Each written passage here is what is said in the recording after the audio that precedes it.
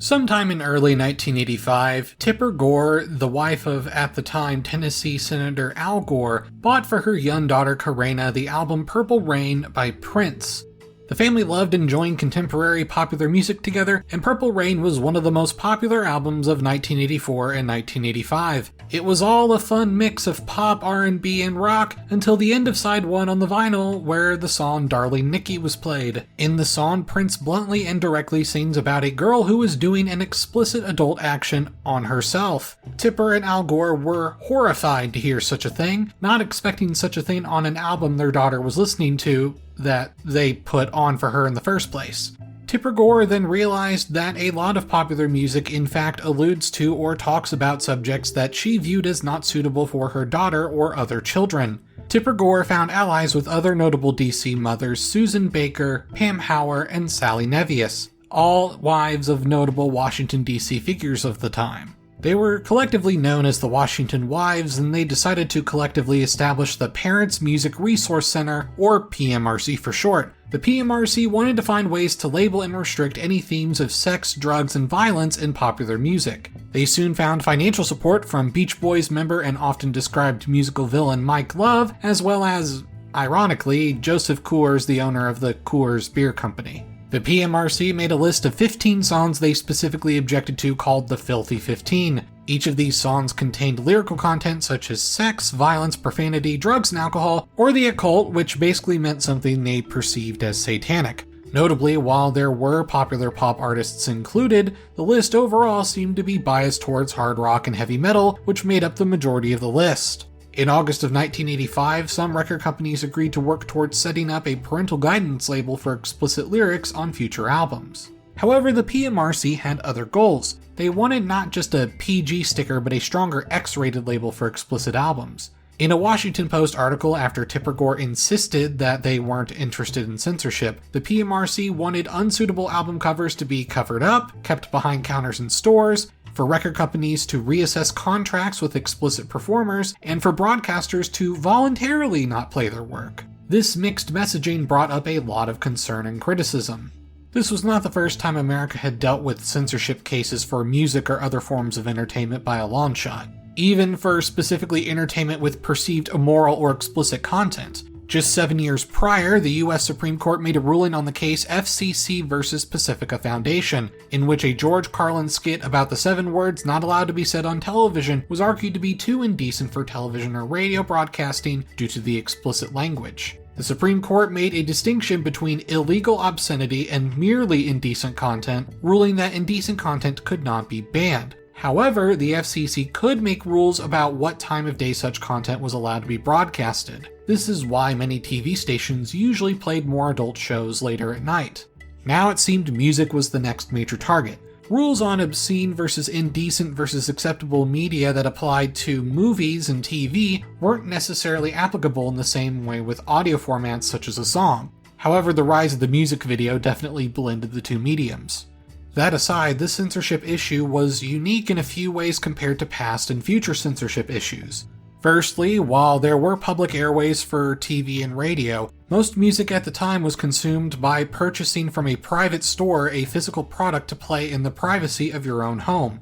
While radio was of course a popular way to consume music, a physical single or album did not require a special permit or license to play or broadcast in someone's home the same way a TV channel would need a broadcasting license. Therefore, a government regulation in this case would be outside of its previous jurisdiction and viewed by many as overreach. Even if there wouldn't be legal regulations, even something as simple as a rating system was viewed by many artists as something that could stigmatize them and jeopardize their careers, as many stores that sold records at the time made clear positions that they would not sell records labeled with an explicit rating. Record retailers have already told record companies, if you send us any album with any sticker on it, we won't rack it. Another chain with 400 stores in malls in the United States has been told by the Shopping Mall Association owners, if you rack hard-rated albums, we're going to cancel your lease. That's censorship. There was also criticism that rather than eliminating or discouraging explicit material, it would merely highlight it and convince people to buy it more due to its now official mark of rebellious appeal, known as the forbidden fruit effect. Well, I look at the point of view as I think you're bringing more attention to it than it needs.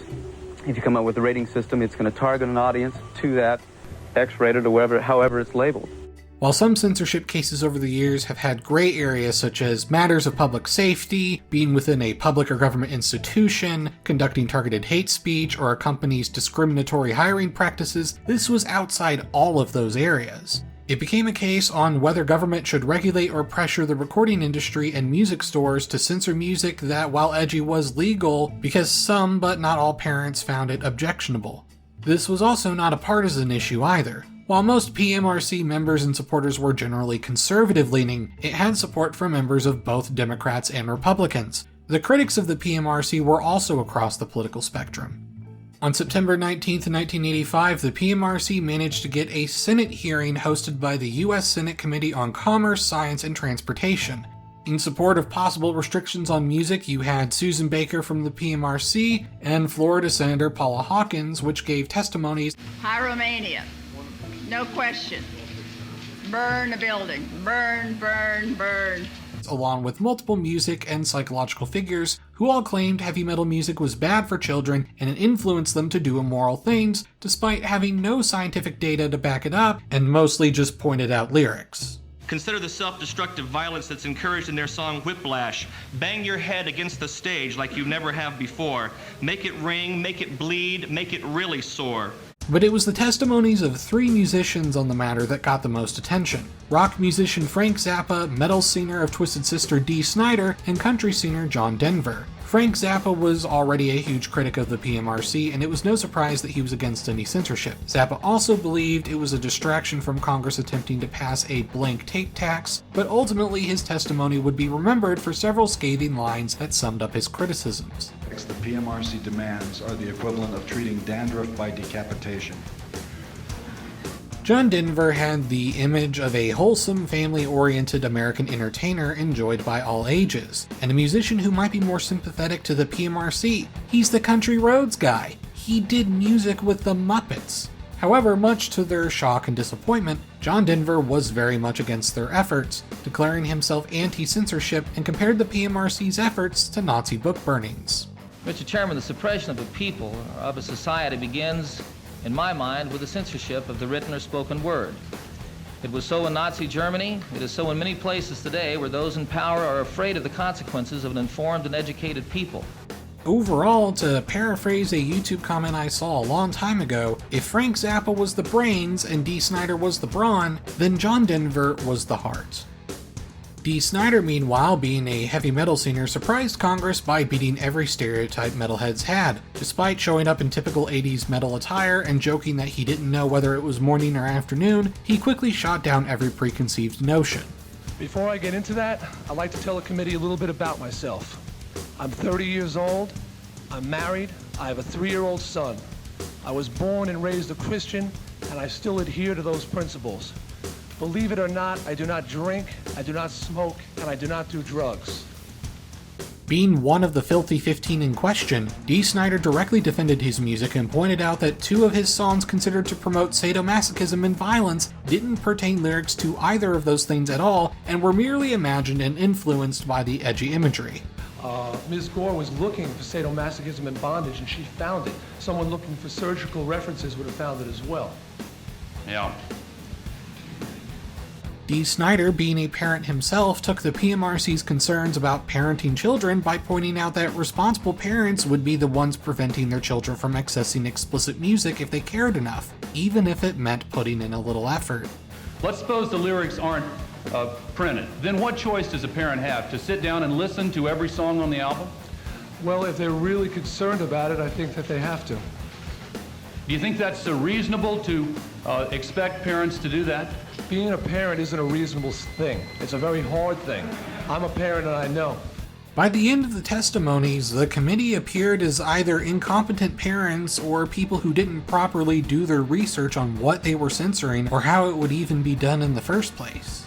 In the end, no legislation ended up being passed. The so-called blank tape tax that Zappa was worried about didn't pass either. However, the record industry did, by the end of the year, standardize the famous parental advisory sticker, ultimately leaving it there.